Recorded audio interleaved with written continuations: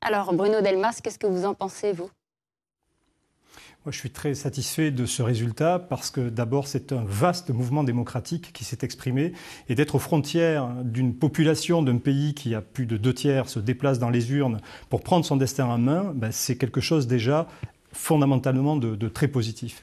En tant que Catalan aussi, je suis ravi de cette énergie qui est déployée par les Catalans de Catalogne Sud, parce que c'est conforme à l'image qu'ils ont toujours donnée d'eux depuis des siècles et des siècles. C'est un peuple entreprenant, c'est un peuple ambitieux, c'est un peuple qui va de l'avant, qui ne s'embourbe pas, qui ne s'enlise pas, et qui prend les problèmes à bras le corps. Et l'indépendance est peut-être une des solutions à leurs problèmes, peut-être pas toutes les solutions, mais une des solutions à tous leurs problèmes, notamment les problèmes économiques. Alors justement, là, c'est votre réponse en tant que citoyen, mais les organisations patronales catalanes s'inquiètent, elles ont peur de cette sécession. Vous, en tant que chef d'entreprise, vous en pensez quoi ?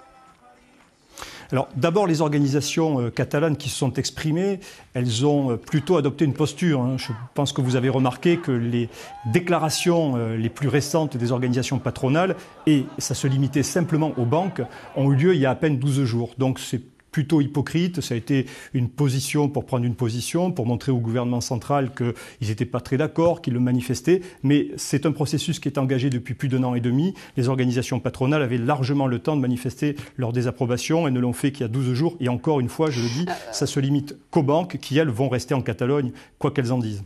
Alors concrètement, là, c'est la principale organisation patronale catalane qui s'est positionnée sur le sujet. Et elle précise que si la Catalogne génère 20% du PIB, le marché espagnol représente 50% des exportations, si on peut parler comme ça. C'est quand même un marché important.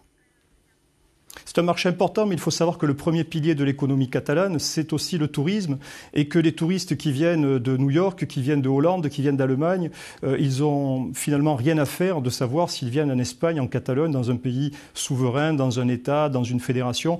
Donc il faut savoir que cette partie-là de l'économie, qui est l'une des plus importantes, sinon la plus importante de Catalogne, elle ne sera pas impactée par une décision d'indépendance. Quant au reste, le patronat catalan est essentiellement un patronat patriarcal, un patronat de patrimoine. Ce sont des familles catalanes qui ne vont pas déménager du jour au lendemain pour partir ailleurs.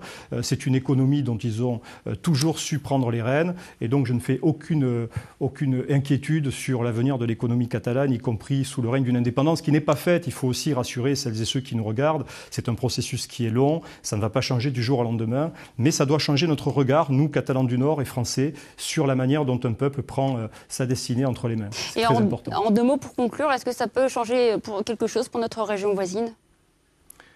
Ça changera si nos élus aussi changent d'attitude vis-à-vis de la Catalogne. Je pense que vous avez dû remarquer qu'il n'y a aucun élu de droite comme de gauche qui a le courage de prendre une position claire sur l'avenir de cette région. Alors tous se drapent derrière un silence assourdissant en disant « Ah ben nous, ce sont des affaires espagnoles, on ne s'en mêle pas, on ne prend pas l'avis ». Éventuellement, les plus pleutres se rangent derrière l'avis des Jacobins en disant « Il ne faut pas qu'il y ait de séparation ». Mais je pense que vous avez entendu comme moi un silence total de la part des élus, et en particulier des élus catalans du Nord dans les Pyrénées-Orientales qui n'ont aucun courage sur cette question.